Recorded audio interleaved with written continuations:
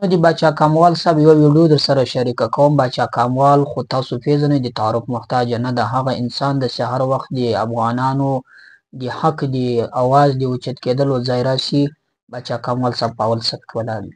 باچا کاموال صاحب له بهر هیواد څخه د افغانستان د میوې په هکله یوه ویډیو کړې او د افغانستان اوسني نظام طالبانو ته کوم پیغام لري، دا ویډیو زه له تاسو سره شریکه کوم، تاسو یې وګورئ.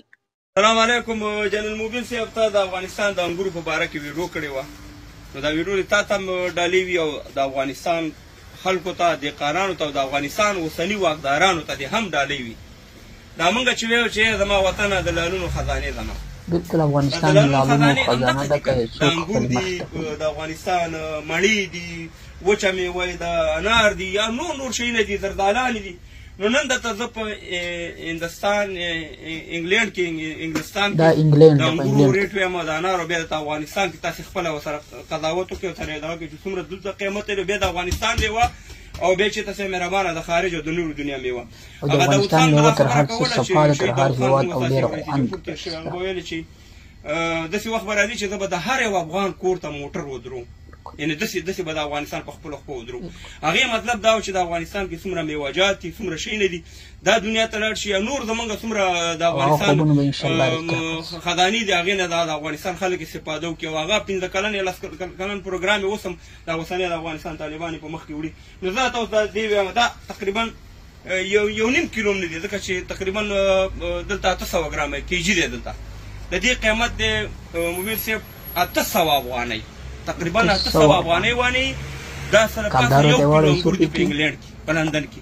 او بیا چې ته د افغانستان انګور او چې ته بیا مهربانه خارج نور هېوادونه انګور، دا یعنې د ورکوټې دغه ده، د مالټو دغه یې ګوړه جوړ کړی دی. د دې څه قیمت دی؟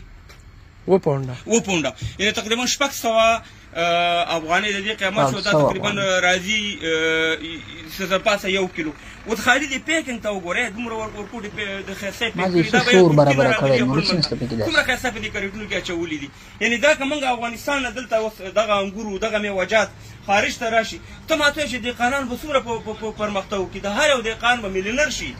نن زمونږ دهقان چغې وایي. ما خپله دغه مخکې ورځو کې وکاته چې د لوګر رومیان چې دي په جلال آباد کې، په جلال آباد کې په 50 روپۍ من 1 کیلو. اوس د رومیانو دغه دا د رومیانو کا ریټ چې دی دا د مخکې ورځو کې په 15 پونډه و، 15 پونډه، اوس چې دی په 10 پونډه شوی.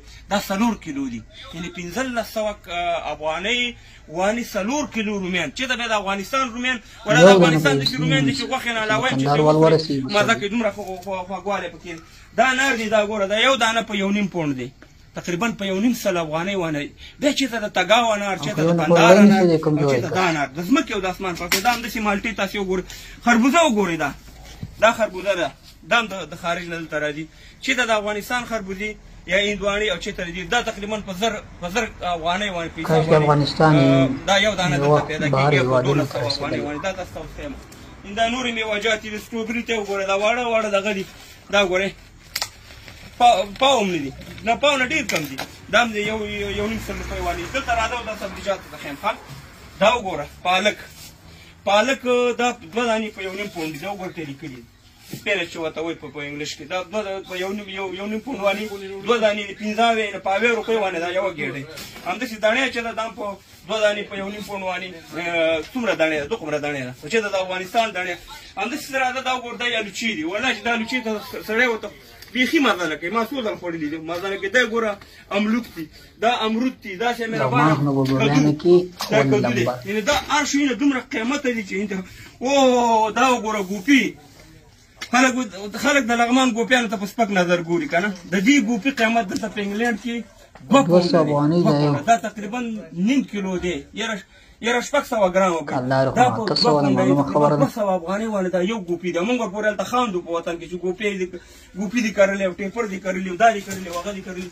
داسې مهربانه ګوره بادرنګ دي، دا لیمان دي، دا لیمو چې دی دا د 3 دانې په 1 پونډ کېږي، یعنې په 100 افغانۍ دا 3 دانې دي. همداسې پسې راځه نور دا پیاز دي، ګوره دا څه دي؟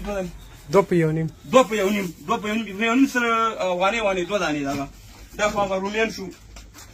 دا وګورئ بنګلۍ 6 روپۍ وانې کیلو دي، 6 پونډه وانې په 600 روپۍ وانې 1 کیلو دي. ته واده د افغانستان بنګلۍ به ښه کړي. دوستانو دا ویډیو تاسو وکتله د باچا کموال صاحب یقیني ډېره خوندوره ویډیو او په دې کې ډېر مثبت پیغام و طالبانو ته. د افغانستان میوه که وګورئ د نورو ملکونو په پرتله ډېره زبردسته میوه ده او که چیرې د افغانستان میوه و نړۍ ته انتقال کړل سي د افغانستان اوسنی نظام له نړۍ سره ښې اړیکې ولري او د افغانستان میوه هغه که انار وي، هغه که مالټې وي، هغه که خربوزې سي، هر څه وي داسې و بهر هیوادونو ته انتقال کړل سي، تاسو یقین وکړئ افغانستان به ډېره ترقي وکړي، افغانستان به ډېر پر مخ باندې ولاړ سي، افغانستان به ډېر ژر په خپلو پښو باندې ودرېږي او د افغانستان هر یو تجار به مینونرن جوړ سي، یعنې د ارب پتې کرب پتې یعنې دومره مالداران به جوړ سي چې د نړۍ له هغه مالدارانو سره په مقابل کې راسي کوم چې دا اوس نومونه پر ویډیا باندې کړي سي.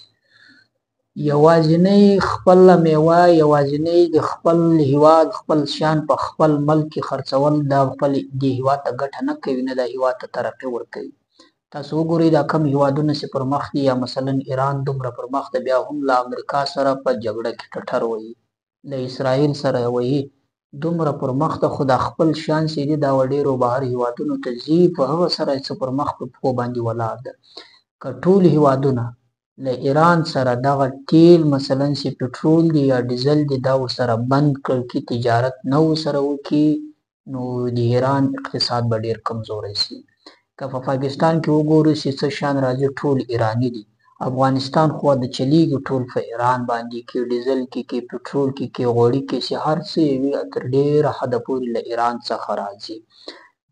نو د باچا کموال صاحب خبره ده که اوسنی نظام پر دې باندې کوشش وکړي د افغانستان میوه و نورو هیوادونو ته صادر کړي او تجارانو ته لار برابره کړي پر هغه ځای باندې چې کوم ځای کې ستونزې وي هغه ختم کړي او د افغانستان میوه و بهر هیوادونو ته انتقال کړل کړي. تاسو یقین وکړئ په دې سره به د افغانستان اوسنی نظام هم ټینګ سي، پیاوړی به سي، په دې سره به د افغانستان ولس هم مالدار کړل سي، په دې سره به د افغانستان اقتصاد هم پیاوړی سي او افغانستان به ډېر ژر ترقي وکړي.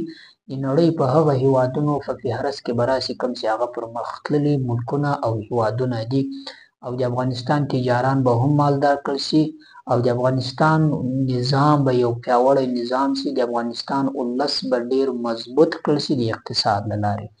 نو دا ویډیو خپله هم ډېر خوند راکوي دوستانو څه ومیلېده نو ما له تاسو سره به هم شریکه کړمه.